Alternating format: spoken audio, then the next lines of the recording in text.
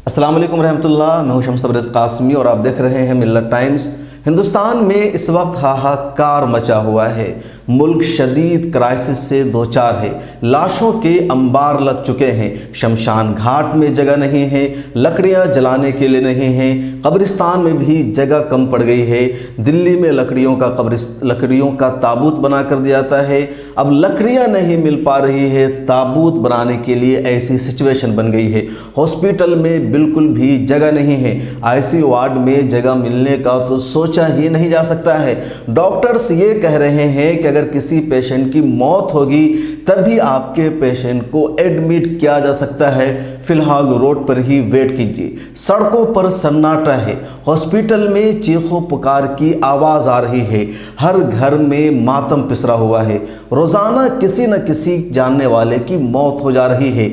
उनका दर्द पूछिए, जिनके एक दिन में कई कई फैमिली मेंबर्स की मौत हो जा रही है। और इस बीच देश के प्रधानमंत्री, देश के होम मिनिस्टर कुछ भी करने को तैयार नहीं है। वो लगातार बंगाल में चुनावी रैलियां कर रहे हैं। शदीद इसरार, दबाव और हंगामा के बाद कल रात यानी 20 अप्रैल को रात में प्रधानमंत्री नरेंद्र मोदी साहब कौम से खिताब करने आए। 20 मिनट उन्होंने वक्त लिया, लेकिन 20 मिनट में एक भी तसल्ली का जुमला नहीं कहा, एक मिनट भी हौसले की बात नहीं कही। उनकी स्पीच में पता ही नहीं चला कि उन्होंने कौम से कहा क्या है। कोई ऐसी बात नहीं थी जिससे लोगों को हौसला मिले या तसल्ली मिले, एक उम्मीद हो कि देश का मुखिया, देश का प्रधानमंत्री हमारे बारे में भी कुछ सोच रहा है, हमारी फिक्र कर रहा है। शायद हॉस्पिटल में जो जगह की किल्लत है, बेड की किल्लत है, उसका इंतज़ाम हो जाएगा। ऐसा भी एक जुमला नहीं कहा। सबसे अहम बात जो प्रधानमंत्री ने इस मरतबा नहीं कहा करने की वो ये कि इस बार उन्होंने थाली बजाने को नहीं कहा, ताली बजाने को नहीं कहा, दिया जलाने को नहीं कहा, ढोल बजाने को नहीं कहा। ये सब लोगों ने महसूस किया, लेकिन इसी के साथ उन्होंने ये भी नहीं कहा कि हॉस्पिटल में जगह की किल्लत है, बेड अवेलेबल नहीं है, आईसीयू में ऑक्सीजन नहीं है, तो हम अलग से इमरजेंसी वार्ड बना रहे हैं, हम अलग से हॉस्पिटल बना रहे हैं, हम अलग से बेड का इंतज़ाम कर रहे हैं। ऐसा भी प्राइम मिनिस्टर ने एक जुमला नहीं कहा। प्राइम मिनिस्टर ने यह भी नहीं कहा कि लोगों को तसल्ली रखनी चाहिए, उनका इलाज जल्द हो जाएगा, हम डॉक्टर्स को बड़ी तादाद में यहाँ ला रहे हैं। प्राइम मिनिस्टर ने यह भी नहीं कहा कि बाहर के एक्सपर्ट को हम बुला रहे हैं कोविड पर काबू पाने के लिए। उन्होंने यह भी नहीं कहा कि भीड़ की वजह से ये सारी सूरत हाल पैदा हो गई है, लिहाजा हम बंगाल में अपनी चुनावी रैलियाँ रद्द कर रहे हैं, आगे हम नहीं जाएंगे इंतखाबी मैदान में। इस तरह का भी एक जुमला उन्होंने नहीं कहा। तसल्ली देने के लिए हिंदुस्तान के अवाम को प्राइम मिनिस्टर ने यह भी नहीं कहा कि हर एक को ऑक्सीजन मुहैया कराया जाएगा, हर एक स्टेट में उनकी सहूलत को सामने रखा जाएगा। कहा क्या आखिर प्राइम मिनिस्टर ने?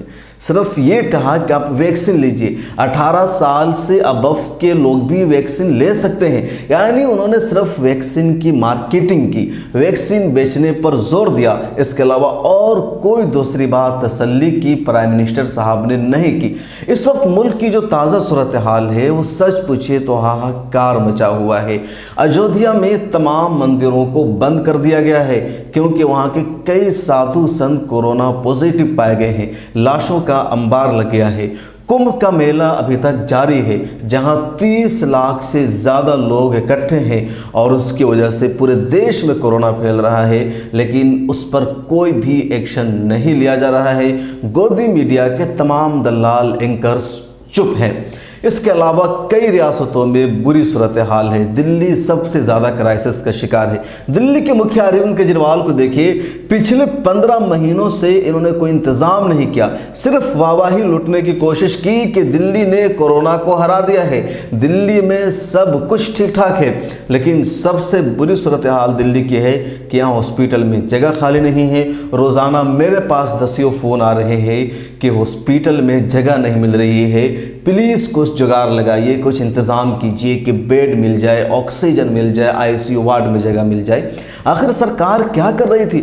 और अब दिल्ली सरकार ने ड्रामा करते हुए सेंटर पर सारा बोझ डाल दिया, सारा इल्ज़ाम लगा दिया कि हमारे पास ऑक्सीजन नहीं है, 24 घंटे में हमारा ऑक्सीजन ख़त्म हो जाएगा, सेंटर हमें फराहम करे वरना क्राइसिस पैदा हो जाएगा। साहब 15 महीनों से आप क्या कर रहे थे दिल्ली में? आप तो ये कह रहे थे कि हमारे पास बेड है, हमने फला स्टेडियम को आइसोलेशन वार्ड में तब्दील कर दिया है, ये क्या है। और अब सूरत हाल ये है कि दिल्ली के किसी भी हॉस्पिटल में बेड खाली नहीं है और ऑक्सीजन न होने का आरोप आपने सेंटर पर लगा दिया है।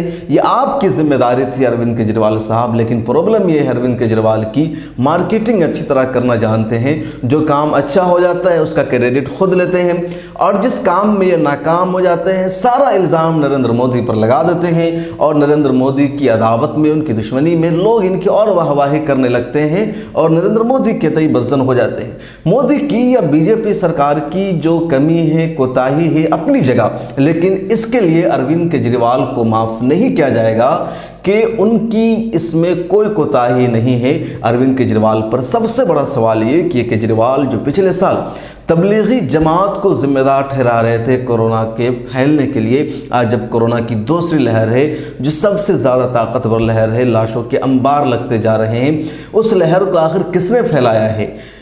कुंभ मेले में लाखों लोग दिल्ली से होकर गुजरे हैं और दिल्ली होकर वापस जा रहे हैं, क्या उनकी वजह से कोरोना नहीं फैला।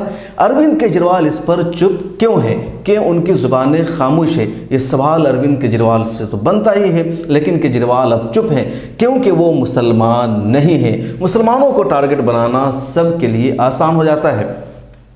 प्राइम मिनिस्टर केयर फंड में करोड़ों रुपए इकट्ठा हुए, लेकिन कोई सवाल पूछे प्राइम मिनिस्टर से कि करोड़ों रुपए के फंड का आपने क्या क्या है।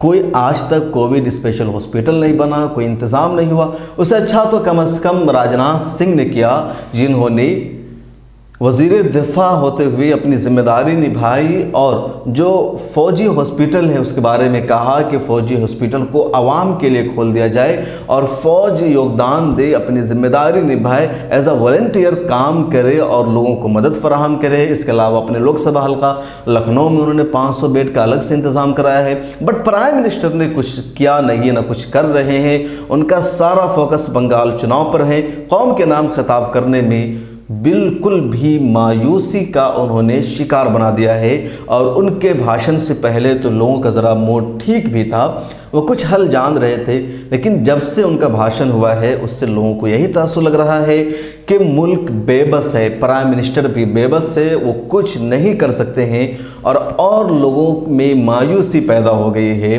लोग बुज़दिल होते जा रहे हैं, लोगों का हौसला टूट गया है और लॉकडाउन का भी शायद मसला बढ़ सकता है। भले ही कल उन्होंने लॉकडाउन के बारे में कहा कि जो स्टेट्स है वो आखिरी हल लॉकडाउन को समझे, मतलब जल्दबाजी नहीं करनी है लॉकडाउन लगाने में, लेकिन जो एक्सपर्ट हैं, तज्ज़निगार हैं, वो कह रहे हैं कि जैसे ही बंगाल चुनाव मुकम्मल होगा पूरे देश में लॉकडाउन लगा दिया जाएगा। लेकिन मुझे लगता है इस बार ऐसा नहीं होगा। आप इस बारे में क्या सोचते हैं कमेंट सेक्शन में ज़रूर लिखिए। मिलत टाइम्स के साथ जुड़े रहिए। प्ले स्टोर पर जाकर के मिलत टाइम्स का ऐप डाउनलोड कीजिए। इसके अलावा फेसबुक पर देख रहे हैं तो पेज को लाइक करें और यूट्यूब पर देख रहे हैं तो सब्सक्राइब करें। ट्विटर, इंस्टाग्राम पर भी मिलत टाइम्स को फॉलो करें। ताज़ा तरीन खबरों के लिए विजिट करें हमारी वेबसाइट www.millertimes.com। अपना ख्याल रखिए, हमेशा मास्क लगा कर रखिए, सैनिटाइज़र का इस्तेमाल कीजिए, एहतियात कीजिए, बिला ज़रूरत घर से बाहर कदम मत रखिए।